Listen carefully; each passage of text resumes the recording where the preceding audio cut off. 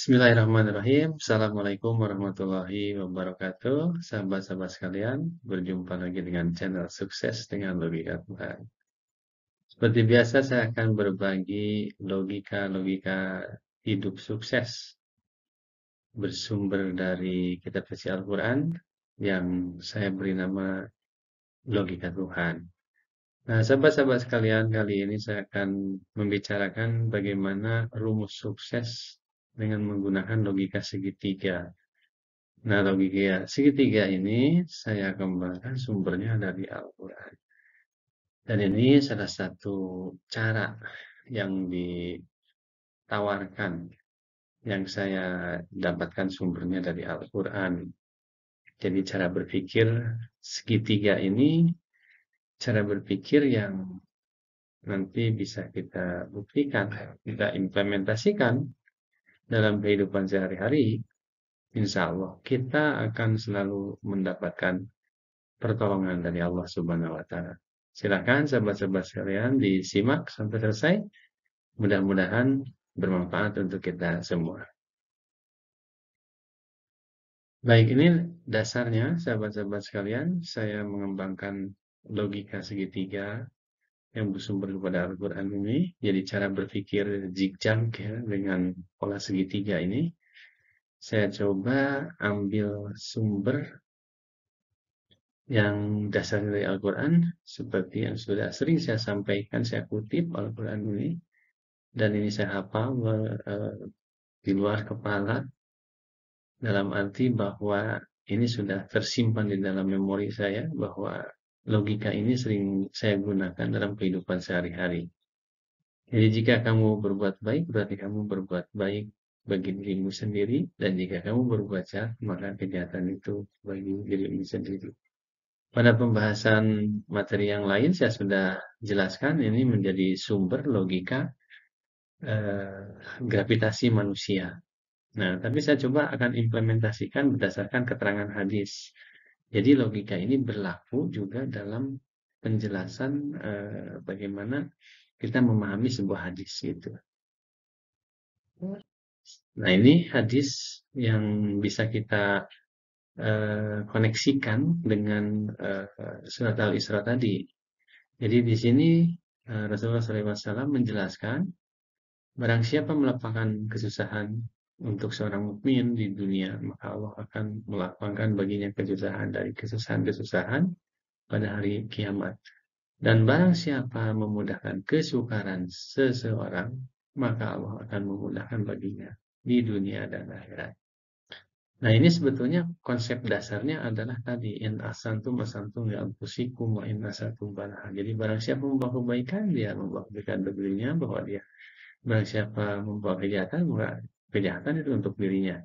Nah, Nabi Muhammad Rasulullah SAW dengan cerdas menjelaskan ini bahwa dalam kehidupan sehari-hari kalau kita memudahkan atau melapangkan kesusahan orang, maka justru Allah yang akan melapangkan baginya kesusahan. Dan sebaliknya kalau orang itu memudahkan kesukaran orang gitu ya. Melapangkan dan memudahkan ini dua konsep yang berbeda luar biasa. Kalau melapangkan itu berarti apa ya, memberi motivasi, memberi ketenangan gitu, memberi apa itu, memberi sokongan, memberi dukungan lah gitu ya. Nah, kalau misalkan barang siapa memudahkan secara teknis, jadi membebaskan urusannya. Gitu. Jadi secara faktual dalam kehidupan sehari-hari kita memang butuh sokongan, butuh dukungan ya kalau dalam orang kesulitan.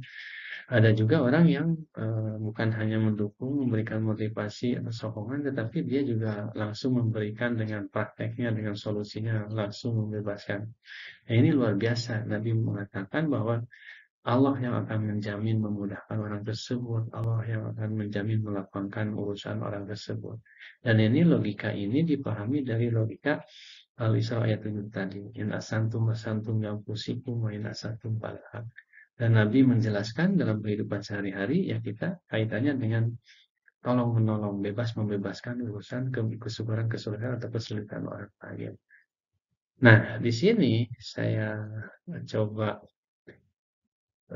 jelaskan, ada logika segitiga yang harus dipahami. Nah, ini logikanya seperti ini, sahabat-sahabat sekalian. Rumus sukses logika segitiga itu. Jadi kalau kita seorang manusia, saya analogikan seorang ibu membebaskan seorang anak dari kesulitan-kesulitannya, maka ibu itu dijamin rezekinya oleh Allah Subhanahu wa taala.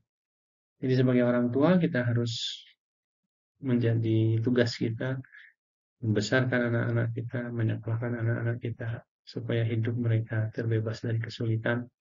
Dan tentu saja ini adalah tugas orang tua, tetapi jangan khawatir orang tua, karena Allah dengan otomatis Allah akan membebaskan kesulitan-kesulitan kita. Dan demikian juga dalam kehidupan sehari-hari, kalau kita membebaskan tetangga kita, membebaskan kerabat kita, membebaskan anak yatim, membebaskan fakir miskin, membebaskan para mu'alaf, para musafir, itu jaminannya adalah Allah akan membebaskan urusan kita. Ini logika ini bisa dipakai dalam kehidupan sehari-hari. Jadi kalau kita nolong orang, harus ingat kepada logika segitiga ini, sesuai dengan keterangan hadis bahwa Allah akan menolong, membebaskan urusan kita. Jadi kita jangan merasa terbebani, jangan merasa sempit hati kalau ada orang-orang yang memohon pertolongan kepada kita. Sesungguhnya itu adalah Allah ingin menolong kita. Gitu. Jadi kalau ada orang yang minta tolong kepada kita, sekalipun kita dalam kondisi sulit, semampunya saja kita mencari dari sisi mana orang itu dapat kita tolong. Karena orang itu diutus oleh Allah Subhanahu wa taala bahwa Allah akan menolong kita. Inilah cara berpikir logika Tuhan, yang logika ini bisa diimplementasikan dalam kehidupan sehari-hari. Dan kalau orang-orang berhasil atau mampu memahami logika ini, maka orang itu akan punya karakter-karakter yang menjadi penyejahtera bagi banyak orang. Nah, sahabat-sahabat sekalian, jadi saya punya logika kehidupan yang bersifat pasti gitu. Ini sebagai penyemangat saja buat kita semua, jadi jangan takut sekecil apapun yang dilakukan oleh kita untuk membebaskan saudara-saudara kita dari kesempitan, dari kesulitan.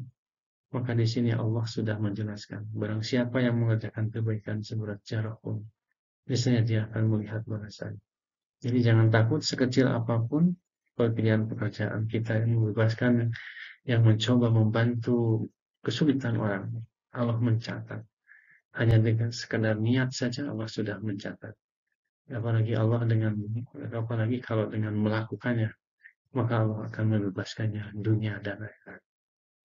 Demikian sahabat-sahabat sekalian, logika-logika yang pasti datangnya dari Allah Subhanahu wa taala. Dan kalaupun logika ini tidak terbukti di dunia, maka di akhirat sudah pasti ini akan terjadi. Karena logika-logika yang dikembangkan ini sumbernya adalah dari kitab suci Al-Quran dan hadis. Dan sesungguhnya Allah sudah menjamin bahwa siapa beriman kepada kitabnya, maka orang-orang itu orang yang diberi petunjuk oleh Allah Subhanahu wa taala. Demikian sahabat-sahabat sekalian, semoga bermanfaat dan silahkan simak dan tangkap dengan akal kita kalau itu ada kebaikan. Saya sampaikan bahwa itu kebaikan dari Allah Subhanahu wa taala. Dan sebaliknya kalau ada hal-hal yang buruk dari apa yang saya sampaikan, itu adalah keburukan dari saya pribadi. Sekian dulu, salam sukses dengan logika Tuhan. Wassalamualaikum warahmatullahi wabarakatuh.